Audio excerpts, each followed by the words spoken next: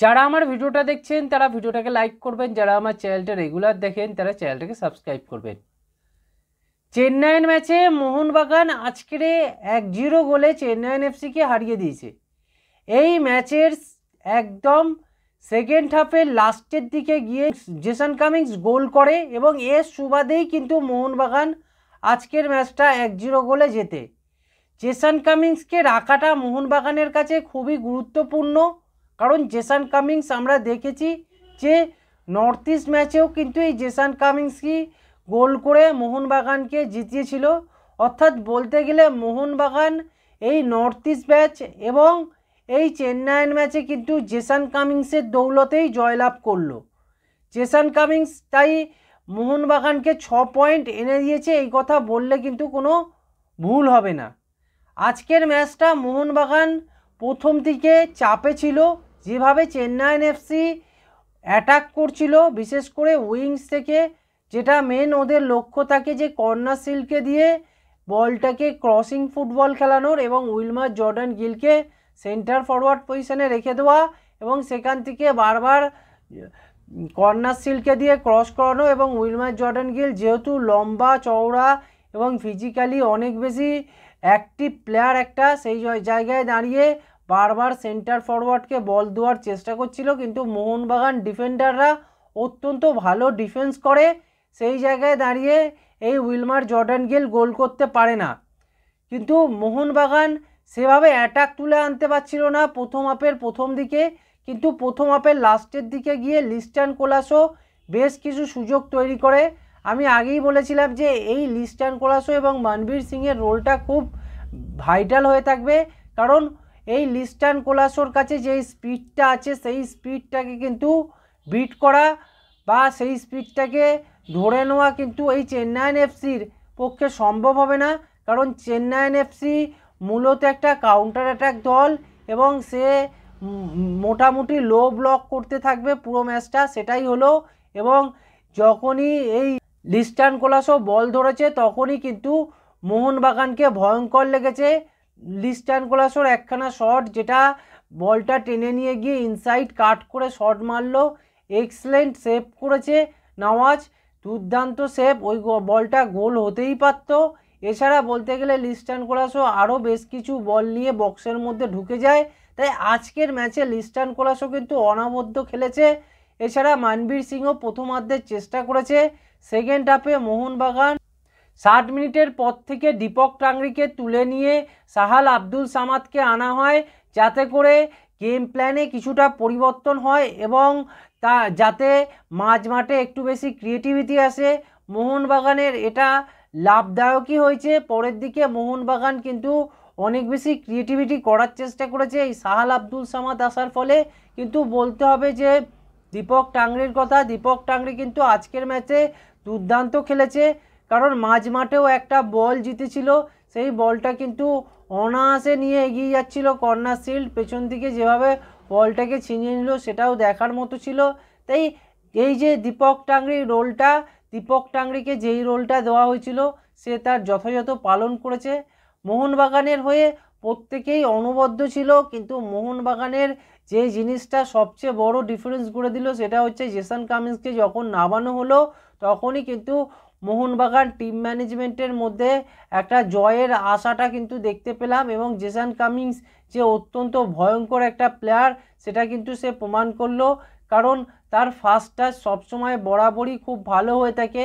আমার তো এই আইএসএলের নিরিখে জেসন কামিন্সের পারফরমেন্স খুব একটা খারাপ লাগছে না। সেই জায়গায় দাঁড়িয়ে জেমি ম্যাকলারেনকে আরেকটু ভালো খেলতে হবে, কারণ জেমি ম্যাকলারেন আগের ম্যাচে গোল করলেও এ ম্যাচে আবারও সে গোল করতে ব্যর্থ হলো। তাই এই নিয়ে সমালোচনা নয়, যদি জেমি ম্যাকলারেন ধারাবাহিক কয়েকটা ম্যাচে গোল করে তাহলে কিন্তু তার পারফরমেন্সটা যেমন ভালো হয়ে যাবে এবং তার সাথে সাথে মোহনবাগানের কিন্তু এই যে সেন্টার ফরওয়ার্ড থেকে গোল আসছে না সেই খরাটাও কিন্তু কেটে যেতে পারে। এই চিন্তাভাবনাটা অলরেডি জেমি ম্যাকলারেনকে করতে হবে, কারণ জেমি ম্যাকলারেনের ওপরে কিন্তু অনেক কিছু নির্ভর করছে। এছাড়া বলতে হবে দিমিত্রিয়াস পেট্রাটসের কথা। দিমিত্রিয়াস পেট্রাটসও কিন্তু অত্যন্ত ভালো মানের একটা প্লেয়ার। দিমিত্রিয়াস পেট্রাটস আজকের ম্যাচে প্রথমার্ধে একখানা সুযোগ পেয়ে গেছিলো, ওই বলটা যদি টাচ করতে পারতো বক্সের ভেতরে তাহলে হয়তো প্রথমার্ধেই মোহনবাগান 1 গোলে এগিয়ে যেতে পারতো, কিন্তু দিমিত্রিয়াস পেট্রাটস ওখানে বলটাকে টাচ করতে পারে না। ঠিকঠাকই রেফারিং করেছে ওই বলটা, অবশ্যই ফাইনাল ট্যাকেলে যায়নি চেন্নাই এফসি ডিফেন্ডার। সেই জায়গায় দাঁড়িয়ে মোহনবাগান ওভারঅল দিক থেকে আজকের ম্যাচটা খুব একটা খারাপ খেলেনি। পরের ম্যাচটা মোহনবাগান খেলতে চলেছে নর্থ ইস্টের সাথে। নর্থ ইস্টের ম্যাচটা কিন্তু খুবই গুরুত্বপূর্ণ। এই নর্থ ইস্টের ম্যাচটা মোহনবাগানকে কিন্তু অবশ্যই চিন্তায় রাখবে। পেদ্রো বেনালির দল কিন্তু দুর্দান্ত একটা দল। সেই জায়গায় এই নর্থ ইস্ট ম্যাচটাই কিন্তু মোহনবাগানকে এই দুটো সেন্টার ব্যাক পজিশনে প্লেয়ারকে ছাড়াই কিন্তু নামতে হবে। এটা যেহেতু অ্যাওয়ে ম্যাচ আছে, এই দলটার কিন্তু অসাধারণ ক্ষমতা আছে। আমরা দেখেছি যে আগের ম্যাচটা যেটা এই নর্থ ইস্ট খেললো ইস্টবেঙ্গলের সঙ্গে, আলাদিন আজহারি বলে প্লেয়ারটা কিন্তু ফর্মে ছিল না।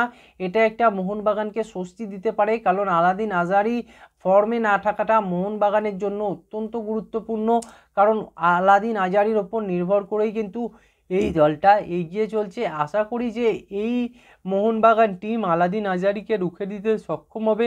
এখন বিষয় হচ্ছে এই দুটো গুরুত্বপূর্ণ প্লেয়ার না থাকলে মোহনবাগান টিমকে কিন্তু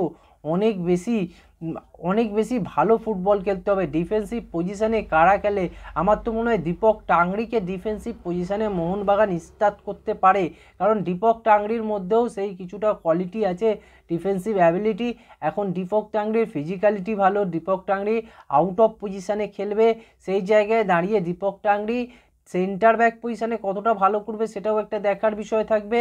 এছাড়া বলা চলে যে রাইট ব্যাক পজিশানে যে প্লেয়ারটা খেলবে সেই প্লেয়ারটার নাম হচ্ছে অবশ্যই দীপেন্দু বিশ্বাসও খেলতে পারে, অথবা বলা চলে যে আশিস রায়কেও কিন্তু নামানো যেতে পারে।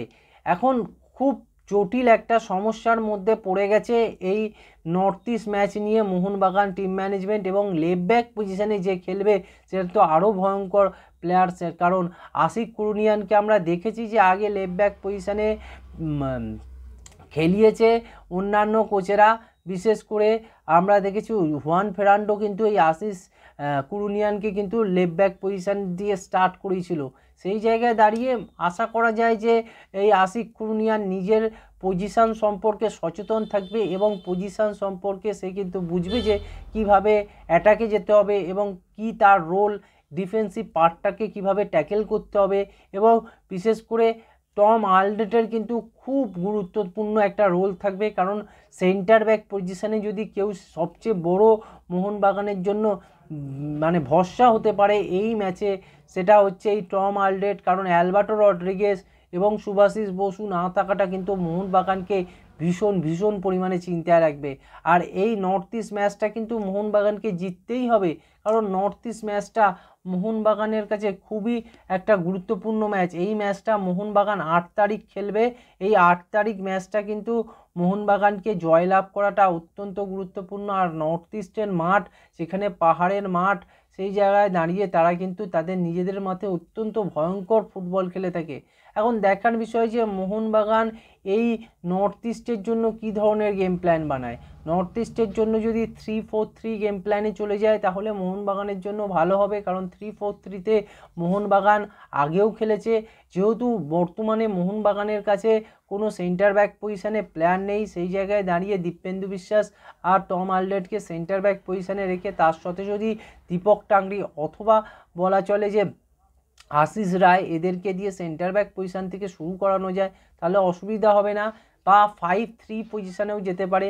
মানে 3টে সেন্টার ব্যাক পজিশান বলতে গেলে অবশ্যই তারা দীপক টাংরিকে কিন্তু সেন্টার ব্যাক পজিশানে রেখে, এবং উইংস পজিশান থেকে আশিস রায়কে যদি সুস্থ অবস্থায় পেয়ে যায়, তার সাথে সাথে আশিক কুরুনিয়ানকে যদি লেফট মিডফিল্ডার পজিশানে খেলানো হয়, মানে লেফট মিডফিল্ডার পজিশানে আশিক কুরুনিয়ান আর রাইট মিডফিল্ডার পজিশানে যদি এই আশিস রায়, এই দুটো প্লেয়ার যদি খেলে তাহলে মোহনবাগানের জন্য একটা অন্যরকম গেম প্ল্যান হবে।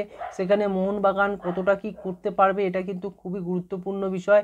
তবে ওই ম্যাচটা যে মোহনবাগানের জন্য খুব কঠিন হতে চলেছে এটা নিয়ে কিন্তু কোনো সন্দেহ থাকার কথা নয়, কারণ মোহনবাগান দল এই ম্যাচটা যেভাবে খেললো পরের ম্যাচটা নিয়ে কিন্তু মোহনবাগান এখন থেকেই চিন্তা শুরু করে দিয়েছে।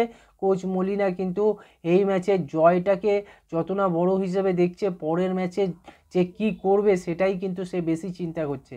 আশা করি মোহনবাগান তাদের যে ফুটবলটা সেই ফুটবলটাকে অনেক বেশি ভালো করে খেলবে এবং এই নর্থ ইস্টকে হারাতে তারা সক্ষম হবে, এবং নর্থ ইস্টকে হারাতে পারলে মোহনবাগান যে এই বছর শেষে লিগ টেবিলের প্রথম স্থানটা অধিকার করে থাকবে এটা কিন্তু মেনে নিতে কারোর অসুবিধা হওয়ার কথা নয়। কারণ তার পরের দুটো ম্যাচ বা তিনটে ম্যাচ যে টিমগুলোর সাথে খেলবে সেটা হচ্ছে অবশ্যই কেরালা ব্লাস্টার, পাঞ্জাব এফসি, এছাড়া গোয়া এফসি। এই তিনটে ম্যাচ কিন্তু মোহনবাগানের কাছে খুবই গুরুত্বপূর্ণ থাকবে। তার আগে এই ম্যাচটা থেকে যদি জয় আনতে পারে মোহনবাগান, তাহলে অনেক কিছু কিন্তু মোহনবাগানের ফেভারে চলে যাবে বলে আমার ধারণা।